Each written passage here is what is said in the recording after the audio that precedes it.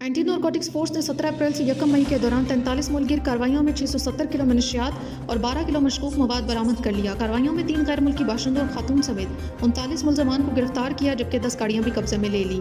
بلوچستان نے 12 کارروائیوں میں 554 کلو منشیات برآمد کر کے غیر ملکی باشندے سمیت 8 ملزمان کو گرفتار کیا اور 5 گاڑیاں بھی قبضے میں لے لی۔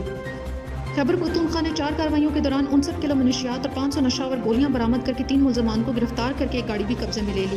راولپنڈی نے 14 کارروائیوں کے دوران 24 کلو منشیات اور 219 نشہ گولیاں برآمد کر کے 2 غیر ملکی باشندوں اور خاتون سمیت 11 ملزمان کو گرفتار کر کے 2 گاڑیاں بھی قبضے میں لے لی۔ پنجاب نے 10 کارروائیوں کے دوران 23 کلو منشیات اور 530 نشہ گولیاں برآمد کر کے 12 ملزمان کو گرفتار کیا اور ایک گاڑی بھی قبضے میں لے لی۔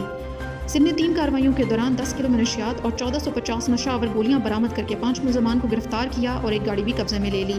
تمام مقدمات انسداد منشیات ایکٹ کے تحت متعلقہ تھانوں میں درج کر کے تفتیش کا آغاز کر دیا گیا ہے۔